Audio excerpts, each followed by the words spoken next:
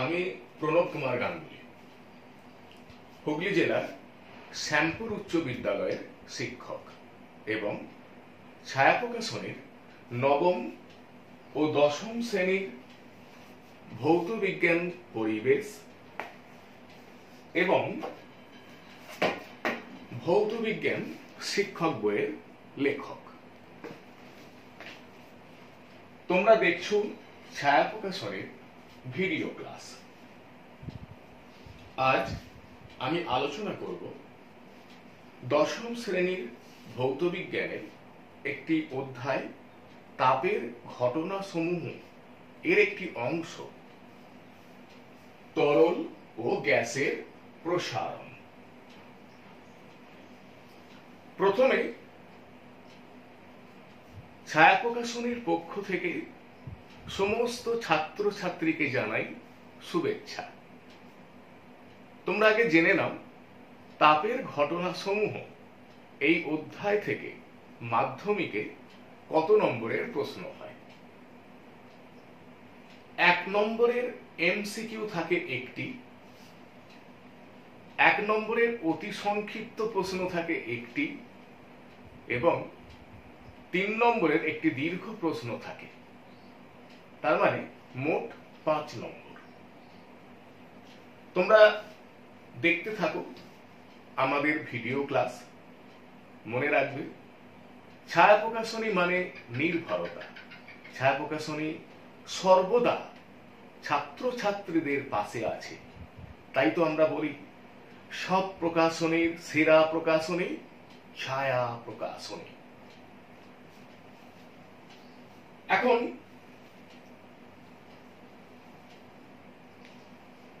তোমার ভাইয়ের জ্বর হয়েছে, তুমি থার্মোমিটার নিয়ে এলে, নিয়ে আসার আগে দেখলে থার্মোমিটারের ভেতরে যে পারদটা একদম নিচে কুণ্ডের মধ্যে আছে। তুমি থার্মোমিটারটাকে এইভাবে উল্টালে, সোজা করলে, যে পারদটা যদি নেবে আসে, দেখলে না, পারদটা কুণ্ডেই আছে। যাই হোক, এবার ডাক্তার বাবু তোমার ভাইয়ের নির্দিষ্ট শরীরের নির্দিষ্ট জায়গায় ওটাকে দিল। তারপর খানিকক্ষণ পর বার করলো, দেখে বলল তার জ্বর রয়েছে। তুমি থার্মোমিটারটা নিলে, নিয়ে দেখলে পারদটা নলবেগ বেশ খানিকটা এগিয়ে গেছে। তুমি ভাবলে, যাক বাবা, আমি তো খানিকটা আগে কত চেষ্টা করলাম, কিছু হলো না, এখন পারদটা এগিয়ে গেল, কেন এটা হলো? আবার মনে করো আমাদের এমনি সাধারণ তাপমাত্রায়, ধরো এই আজকে তাপমাত্রা 30 ডিগ্রি সেন্টিগ্রেড, 1 গ্লাস জল নিলে, কানায় কানায় পূর্ণ, এটাকে উত্তপ্ত করলে, দেখলে উত্তপ্ত যখন তুমি করছো, খানিকক্ষণ পর একটু করে জল উপচে পড়ছে।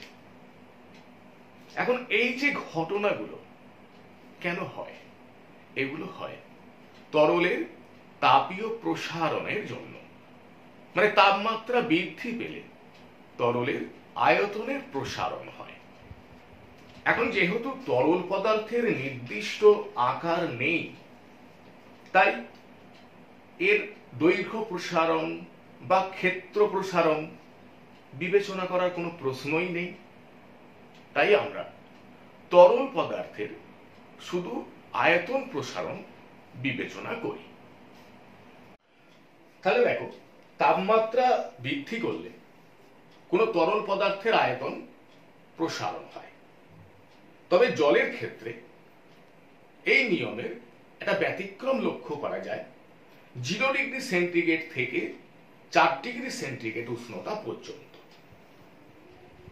যেমন জলের তাপমাত্রা 0 ডিগ্রি সেন্টিগ্রেড থেকে বৃদ্ধি করতে থাকলে 4 ডিগ্রি সেন্টিগ্রেড উষ্ণতা পর্যন্ত এর আয়তন হ্রাস পায়।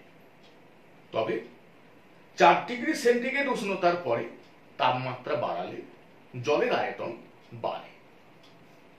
তাহলে তরলের এই যে আয়তন প্রসারণ, এটা আমরা একটা পরীক্ষার সাহায্যে আলোচনা করব। মনে করো তুমি আর তোমার এক বন্ধু এই পরীক্ষাটা করছো। কর্কের ছিপিযুক্ত একটা কাঁচের ফ্ল্যাক্স নেওয়া হলো, ছিপির মধ্য দিয়ে একটা সরু কাঁচ নল ফ্ল্যাক্সের অনেকটা ভেতর পর্যন্ত প্রবেশ করানো হলো। নলের সঙ্গে একটা স্কেল যুক্ত করা আছে। ফ্ল্যাক্সের ভেতরে একটা রঙিন তরল নেওয়া হলো। মনে করো তরলটা এই নলে এ পর্যন্ত এসেছে, তাহলে নলে তরলের লেভেল হলো এ। এবার মনে করো তোমার বন্ধু চলে গেছে। এবার এই ফ্লাক্সটাকে গরম জলে পূর্ণ একটা পাত্রে ডোবানো হলো। তুমি কি লক্ষ্য করলে? নলে তরলের লেভেল আস্তে আস্তে নেমে আসছে, বি পর্যন্ত নামলো, তারপর আস্তে আস্তে বাড়তে থাকলো এবং সিতে এসে স্থির হলো। এবার তোমার বন্ধু চলে এসছে, তখন তুমি তাকে গোটা ঘটনাটা বললে যে তরলের প্রসারণ হয়েছে বি থেকে সি। তোমার বন্ধু বলল, তো বাজে কথা, আমি যখন যাই তখন দেখে গেছি তরলের লেভেল এ, এখন সি, তাহলে তরলের প্রসারণ হয়েছে এ থেকে সি পর্যন্ত। তুমি বলে, না রে, ব্যাপারটা ঠিক এমন নয়। আমরা কিন্তু তোমার বন্ধুর কথাটা খুব গুরুত্ব দেব। তোমার বন্ধু কি করলো? তোমার বন্ধু পাত্রের যে প্রসারণ, এটাকে গুরুত্ব দেয়নি। আর তুমি কি করেছো? পাত্রের প্রসারণটাকে গুরুত্ব দিয়েছো। আগে ঘটনাটা বুঝে নাও। এখন এই যে কাঁচের ফ্লাক্সটাকে যখন গরম জলপূর্ণ পাত্রে ডোবানো হলো, কাঁচ এই গরম জল থেকে তাপ সংগ্রহ করলো, করে নিজে প্রসারিত হলো। কাঁচ তাপের কুপরিবাহী। কাঁচ অত তাড়াতাড়ি তাপকে ফ্লাক্সের মধ্যে থাকা তরলে সঞ্চালিত করতে পারছে না। তাহলে কাঁচ প্রথমে বেড়ে যাচ্ছে বলে নলে তরলের লেভেল নামতে থাকছে, বি পর্যন্ত নামলো। এখন এরপর কি হচ্ছে না, কাঁচ তাপকে ফ্ল্যাক্সের মধ্যে থাকা তরলে সঞ্চালিত করছে। সেই তাপ পেয়ে ভেতরে তরলের তাপমাত্রা বাড়ছে এবং তার আয়তন প্রসারণ হচ্ছে। ফলে নলে তরলের লেভেল বাড়তে থাকছে। তরলের প্রসারণটা পাত্র অপেক্ষা বেশি, তাই এ দাগটাকে ছাড়িয়ে সি পর্যন্ত এসে থামছে। মানে যখন ভেতরে তরলের উষ্ণতা একটা নির্দিষ্ট মানে পৌঁছাচ্ছে, তারপর তরলের আর প্রসারণ হচ্ছে না। তাহলে দেখো, তরলের প্রকৃত প্রসারণ কি হলো না, নলের বিসি অংশের যে আয়তন, সেটাই হলো তরলের প্রকৃত প্রসারণ। এখন যদি পাত্রের প্রসারণটাকে তুমি অগ্রাহ্য করো, মানে ওই যে মাঝে এ থেকে বিতে নেমেছে, তুমি যদি এটাকে গুরুত্ব না দাও, তাহলে তরলের আয়তন প্রসারণ কোথা থেকে কোথায় হচ্ছে না, নলের এ থেকে সি অংশের যে আয়তন এটা।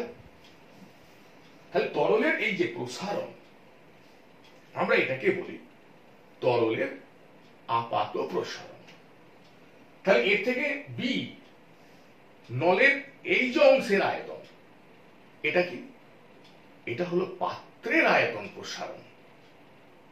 তাহলে আমরা বুঝলাম যে কোন তরলকে যে পাত্রে নিয়ে উত্তপ্ত করা হয়, সেই পাত্রের প্রসারণটাকে অগ্রাহ্য করে তরলের যে প্রসারণ পাওয়া যায় তাকে তরলের আপাত প্রসারণ বলে। এবার তোমরা লক্ষ্য করো, নলের বিসি দৈর্ঘ্য মানে এবি দৈর্ঘ্য যুক্ত এসি দৈর্ঘ্য, নলের প্রস্থচ্ছেদের ক্ষেত্রফল যদি এ হয় তাহলে বিসি ইন্টু এ, এবি ইন্টু এ যুক্ত এসি ইন্টু এ, তাহলে কি পেলাম? তরলের প্রকৃত প্রসারণ সমান পাত্রের আয়তন প্রসারণ যুক্ত তরলের আপাত প্রসারণ। তাহলে তরলের প্রকৃত প্রসারণ কাকে বলে? কোন তরলকে যে পাত্রে নিয়ে উত্তপ্ত করা হয় সেই পাত্রের প্রসারণকে তরলের আপাত প্রসারণের সঙ্গে যুক্ত করে তরলের যে প্রসারণ পাওয়া যায় তাকে তরলের প্রকৃত প্রসারণ বলে। তাহলে এখান থেকে আমরা আপাত প্রসারণ গুণাঙ্ক ও প্রকৃত প্রসারণ গুণাঙ্ক পেতে পারি। মনে করো T1 উষ্ণতায় নির্দিষ্ট ভরের কোন তরল পদার্থের আয়তন V1, উষ্ণতা বৃদ্ধি করে T2 করা হলে তার আপাত আয়তন হচ্ছে V2 ড্যাশ এবং প্রকৃত আয়তন হচ্ছে V2। তাহলে তরলের আপাত প্রসারণ কত হয়েছে? V2 dash minus V1। তাহলে আপাত প্রসারণ গুণাঙ্ক কি হবে? V2 dash minus V1 by V1 into T2 minus T1। এবার দেখো তরলের প্রকৃত প্রসারণ কত হয়েছে? V2 minus V1। তাহলে তরলের প্রকৃত প্রসারণ গুণাঙ্ক কি হবে? গামা আর সমান V2 minus V1 by V1 into T2 minus T1। এখন এদের এককটা কি হয় সেটা দেখে লক্ষ্য করো এইটার ক্ষেত্রে। এখন এখানে V2 minus V1 by V1 এটা লক্ষ্য করো। V2 মাইনাস V1 এটা হলো প্রকৃত প্রসারণ, V1 হলো প্রাথমিক আয়তন। তার মানে এটা দুটো সমজাতীয় রাশির অনুপাত, তাই এর কোনো একক নেই। তাহলে গামা আর এর একক শুধুমাত্র তাপমাত্রার এককের উপর নির্ভরশীল। একইভাবে গামা এর ক্ষেত্র আমরা বলতে পারি। তাহলে গামা আর বা গামা এ এর একক কি কি হতে পারে? পার ডিগ্রি সেন্টিগ্রেড বা পার ডিগ্রি ফারেনহাইট বা পার কেলভিন। তাহলে এই দুই প্রসারণ গুণাঙ্কের এসআই একক কোনটা? এটা পার কেলভিন। এবার দেখো এই দুই প্রসারণ গুণাঙ্কের মধ্যে একটা সম্পর্ক আছে। কি সেই সম্পর্ক? না গামা আর সমান গামা জি যুক্ত গামা এ। গামা আর তরলের প্রকৃত প্রসারণ গুণাঙ্ক, গামা জি পাত্রের আয়তন প্রসারণ গুণাঙ্ক, গামা এ তরলের আপাত প্রসারণ গুণাঙ্ক। এবার দেখো তরলের যখন আমরা প্রসারণ গুণাঙ্ক নির্ণয় করি সেক্ষেত্রে আমরা যে কোনো উষ্ণতাকে প্রাথমিক উষ্ণতা ধরে নিই, কিন্তু সূক্ষ্ম গণনার ক্ষেত্রে প্রাথমিক উষ্ণতাকে 0 ডিগ্রি সেন্টিগ্রেড ধরা হয়। এবার দেখো তরলের এই যে দুটো প্রসারণ গুণাঙ্ক এর মধ্যে নিজস্ব ধর্ম কোনটা? না প্রকৃত প্রসারণ গুণাঙ্ক। তাহলে প্রকৃত প্রসারণ গুণাঙ্ক হল কোন তরল পদার্থের নিজস্ব বৈশিষ্ট্য, আপাত প্রসারণ গুণাঙ্ক নয়। কেন? না আপাত প্রসারণ গুণাঙ্ক পাত্রের প্রসারণ গুণাঙ্কের উপর নির্ভরশীল। মাধ্যমিকে যদি তোমাকে ভালো রেজাল্ট করতে হয় তাহলে তোমরা আমাদের ছায়াপথাসনে দশম শ্রেণীর ভৌতবিজ্ঞান পরিবেশ এবং ভৌতবিজ্ঞান শিক্ষক এই বই দুটো খুঁটিয়ে পড়বে বাড়িতে নিয়ম করে অভ্যাস করবে, দেখবে মাধ্যমিকে তোমার ভালো রেজাল্ট হবেই। এবার আমি আলোচনা করব গ্যাসের প্রসারণ। দেখো, একটা বেলুন ফুলিয়ে তুমি গ্রীষ্মকালে রোদ্দুরে রেখে দিলে, কি দেখবে খানিকটা পরে বেলুনটা ফেটে গেছে। এরকম কেন হয় না, ওই যে প্রখর রোদের তাপ, তাতে বেলুনের ভিতরকার যে গ্যাস তার আয়তন প্রসারণ হয়। ফলে কি হয়, এটা রবারের ওপর অতিরিক্ত চাপ দিতে থাকে, মানে এটা বেড়ে যেতে চায়। কিন্তু একটা সময় হয় কি, রবারের যে স্থিতিস্থাপক সীমা এটা অতিক্রম করে যায়। তার মানে রবার ভেতরের বায়ুর চাপটাকে সহ্য করতে পারে না, বেলুনটা ফেটে যায়। দেখবে বাড়িতে তোমাদের যখন রুটি হয়, রুটি যখন সেঁকা হয়, দেখেছো ভালো করে, রুটিটা ফুলে ওঠে। যখন লুচি ভাজা হয়, দেখেছো লুচিটা ফুলে ওঠে।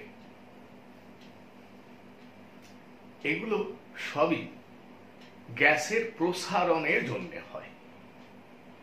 আবার তোমার মা হয়তো যখন দুধ গরম করে, দেখবে দুধটা ফুলে ওঠে।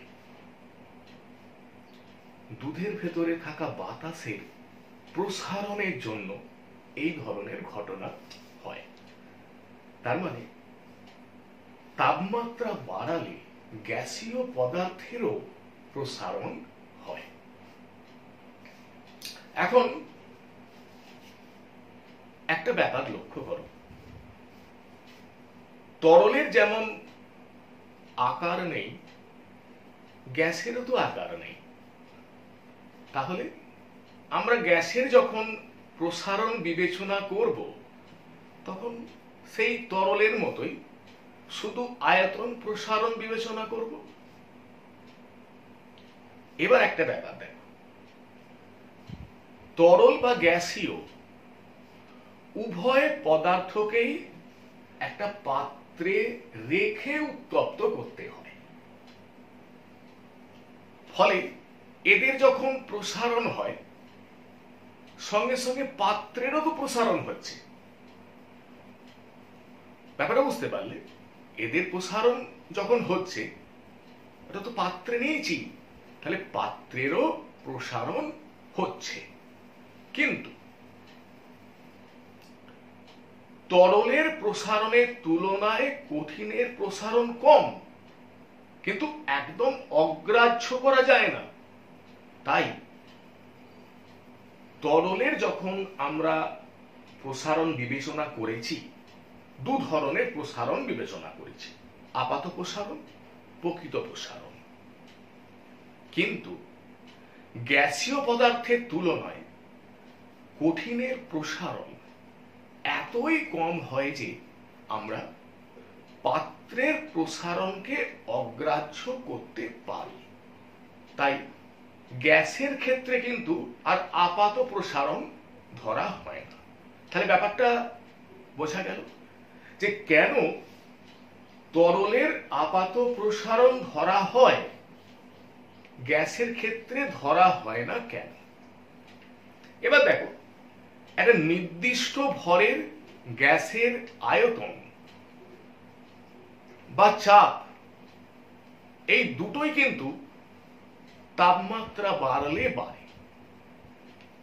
তাহলে তাপমাত্রা বাড়ানোর জন্য একটা নির্দিষ্ট ভরের গ্যাসীয় পদার্থের আয়তনের কেমন পরিবর্তন হচ্ছে, এটা যদি আমাদের বুঝতে হয়, তাহলে চাপটাকে স্থির রাখতে হবে। তাহলে লক্ষ্য করো, তাহলে আমরা এখানে গ্যাসের যে আয়তন গুণাঙ্ক যেটা আমরা আলোচনা করব সেখানে আমরা চাপটাকে স্থির রাখছি। তাহলে গ্যাসের আয়তন গুণাঙ্ক কাকে বলে?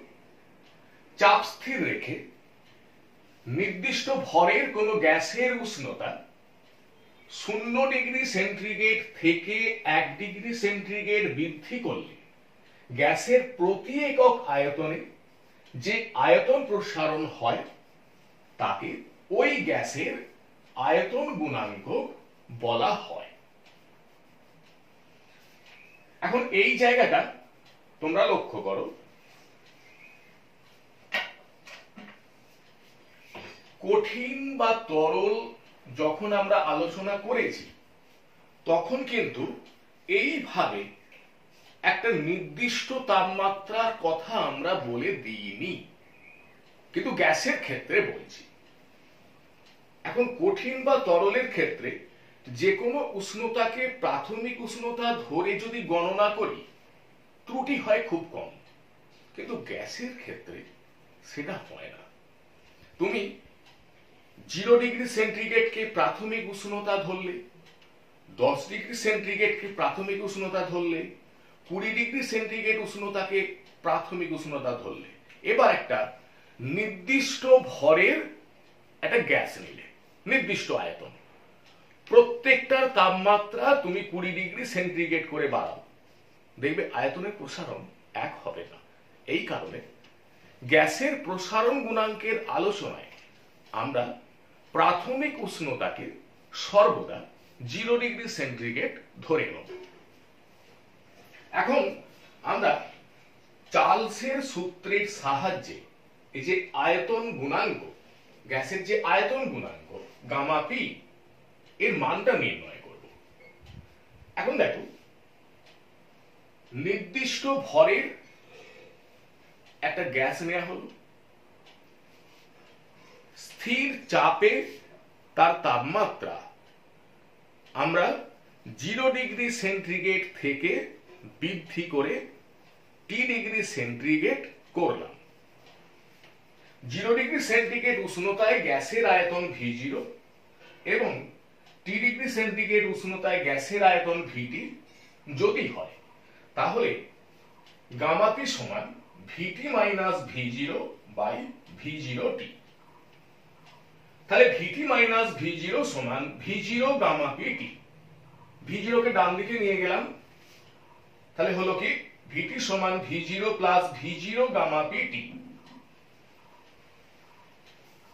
এখান থেকে V0 কমন নিলাম, তাহলে VT সমান V0 1 প্লাস গামা PT। এটা 1 নম্বর সমীকরণ করা হলো। আবার তোমরা চার্লসের সূত্রটা ভেবে দেখো, সেক্ষেত্রে 0 ডিগ্রি সেন্টিগ্রেড উষ্ণতায় নির্দিষ্ট ভরের কোন গ্যাসের আয়তন V0, চাপ স্থির রেখে গ্যাসের তাপমাত্রা বৃদ্ধি করে টি ডিগ্রি সেন্টিগ্রেড করা হলে গ্যাসের আয়তন হবে VT সমান V0 into 1 plus T by 273। এটা 2 নম্বর সমীকরণ। এখন 1 নম্বর এবং 2 নম্বর এই দুটো সমীকরণ যদি আমরা তুলনা করি তাহলে কি পাবো না, গামা পি সমান 1 বাই 273 পার ডিগ্রি সেন্টিগ্রেড। এর মানটা কত হয় 3.663 into 10 to the power -3 per degree centigrade. এবার কয়েকটি প্রশ্ন আলোচনা করব। দেখ, তরলের আপাত প্রসারণ কোন কোন বিষয়ের উপর নির্ভরশীল? তরলের আপাত প্রসারণ 4টে বিষয়ের উপর নির্ভরশীল। 1 নম্বর, তরলের প্রাথমিক আয়তন। 2 নম্বর, উষ্ণতা বৃদ্ধি। 3 নম্বর, তরলের প্রকৃতি। ও 4 নম্বর, পাত্রের উপাদান। এবার দেখো, তরলের প্রকৃত প্রসারণ কোন কোন বিষয়ের উপর নির্ভরশীল। তরলের প্রকৃত প্রসারণ তিনটি বিষয়ের উপর নির্ভরশীল। কি কি? তরলের প্রাথমিক আয়তন, উষ্ণতা বৃদ্ধি এবং তরলের প্রকৃতি। এবার একটা প্রশ্ন লক্ষ্য করো। একটি তরলের প্রকৃত প্রসারণ গুণাঙ্ক গামা এবং পাত্রের উপাদানের দৈর্ঘ্য প্রসারণ গুণাঙ্ক আলফা কি শর্তে তরলটির আপাত প্রসারণ গুণাঙ্ক থাকবে না? আমরা কি শিখেছি? তরলের আপাত প্রসারণ গুণাঙ্ক যুক্ত পাত্রের আয়তন প্রসারণ গুণাঙ্ক সমান তরলের প্রকৃত প্রসারণ গুণাঙ্ক। এখন আপাত প্রসারণ গুণাঙ্ক থাকবে না, তার মানে আপাত প্রসারণ গুণাঙ্ক শূন্য, যুক্ত পাত্রের উপাদানের দৈর্ঘ্য প্রসারণ গুণাঙ্ক আলফা, তাহলে তার আয়তন প্রসারণ গুণাঙ্ক কত হবে? 3 আলফা। মানটা বসালাম, তাহলে কি হলো? গামা সমান 3 আলফা। তাহলে গামা সমান যদি 3 আলফা হয়, তাহলে তরলটির আপাত প্রসারণ গুণাঙ্ক থাকবে না। এবার দেখো, এখান থেকে কয়েকটি গাণিতিক প্রশ্ন আলোচনা করব। 1 নম্বর, কাঁচ সাপেক্ষে পারদের আপাত প্রসারণ গুণাঙ্ক 15.3 × 10⁻⁻5 পার ডিগ্রি সেন্টিগ্রেড এবং কাঁচের আয়তন প্রসারণ গুণাঙ্ক 27 × 10⁻⁻6 পার ডিগ্রি সেন্টিগ্রেড হলে পারদের প্রকৃত প্রসারণ গুণাঙ্ক কত? তাহলে লক্ষ্য করো কি দেয়া আছে না, পারদের আপাত প্রসারণ গুণাঙ্ক গামা এ সমান 15.3 × 10⁻⁻5 পার ডিগ্রি সেন্টিগ্রেড, আর কাঁচের আয়তন প্রসারণ গুণাঙ্ক gamma G 27 × 10⁻⁻6 per degree centigrade. এটাকে একই পাওয়ারে নিয়ে আসছি 2.7 × 10⁻⁻5 পার ডিগ্রি সেন্টিগ্রেড। তাহলে পারদের প্রকৃত প্রসারণ গুণাঙ্ক গামা আর সমান গামা এ প্লাস গামা জি। মান দুটো বসালাম, যোগ করে পেলাম 18 × 10⁻⁻5 পার ডিগ্রি সেন্টিগ্রেড। 2 নম্বর, একটি কাঁচের ফ্লাক্সের অভ্যন্তরীণ আয়তন ভি সেমি কিউব, ফ্লাক্সটির মধ্যে কত আয়তনের পারদ রাখলে ফ্লাক্সটির ফাঁকা অংশের আয়তন সকল উষ্ণতায় একই থাকবে? পারদের প্রকৃত প্রসারণ গুণাঙ্ক দেয়া আছে এবং কাঁচের দৈর্ঘ্য প্রসারণ গুণাঙ্ক দেয়া আছে। এখন কাঁচের ফ্লাক্সের ভেতরে পারদ আছে, তাপমাত্রা বাড়াচ্ছি, ফ্লাক্সের ফাঁকা অংশের আয়তন অপরিবর্তিত থাকবে। কখন এটা সম্ভব? না, তাপমাত্রা বাড়ালে পারদের আয়তন যতটা বাড়বে কাঁচের ফ্লাক্সের আয়তনও যদি ততটাই বাড়ে, তাহলে ফ্লাক্সের ফাঁকা অংশের আয়তন সকল উষ্ণতায় অপরিবর্তিত থাকবে। তাহলে আমরা ধরে নিচ্ছি পারদের আয়তন V1, উষ্ণতা বৃদ্ধি T ডিগ্রি সেন্টিগ্রেড। তাহলে শর্তানুসারে পারদের আয়তন প্রসারণ V1 × গামা আর × T সমান পাত্রের আয়তন প্রসারণ V × কাঁচের আয়তন প্রসারণ গুণাঙ্ক ধরে নিচ্ছি গামা জি × T। তাহলে V1 সমান gamma G × V by gamma R. Gamma G মানে কি? 3 alpha × V by gamma R. তাহলে 3 আলফার মান বসালাম 9 × 10⁻⁻6, গামা আর সমান 1.8 × 10⁻⁻4। তাহলে ক্যালকুলেশন করে আমরা পেলাম V1 সমান 3v/20। এবার আরেকটি গাণিতিক প্রশ্ন লক্ষ্য করো। নির্দিষ্ট ভরের কোন গ্যাসের 0 ডিগ্রি সেন্টিগ্রেড উষ্ণতায় আয়তন 100 সেমি কিউব এবং স্থির চাপে 20 ডিগ্রি সেন্টিগ্রেড উষ্ণতায় আয়তন 107.33 সেমি কিউব। গ্যাসের আয়তন গুণাঙ্ক নির্ণয় কর। তাহলে এখানে কি কি দেয়া আছে? 0 ডিগ্রি সেন্টিগ্রেড উষ্ণতায় আয়তন V0 সমান 100 সেমি কিউব, 20 ডিগ্রি সেন্টিগ্রেড উষ্ণতায় আয়তন VT সমান 107.33 এবং অন্তিম উষ্ণতা T সমান 20 ডিগ্রি সেন্টিগ্রেড। তাহলে গ্যাসের আয়তন গুণাঙ্ক গামা P সমান VT minus V0 by V0T। তাহলে এখানে আমরা যদি মানগুলো বসাই, তোমরা লক্ষ্য করো, মানগুলো যদি বসাই তাহলে VT হচ্ছে 107.33, V0 হলো 100 বাই V0 হলো 100 ইনটু T হলো 20। এটা ক্যালকুলেশন করলে হবে 3.665 ইনটু 10⁻³ পার ডিগ্রি সেন্টিগ্রেড।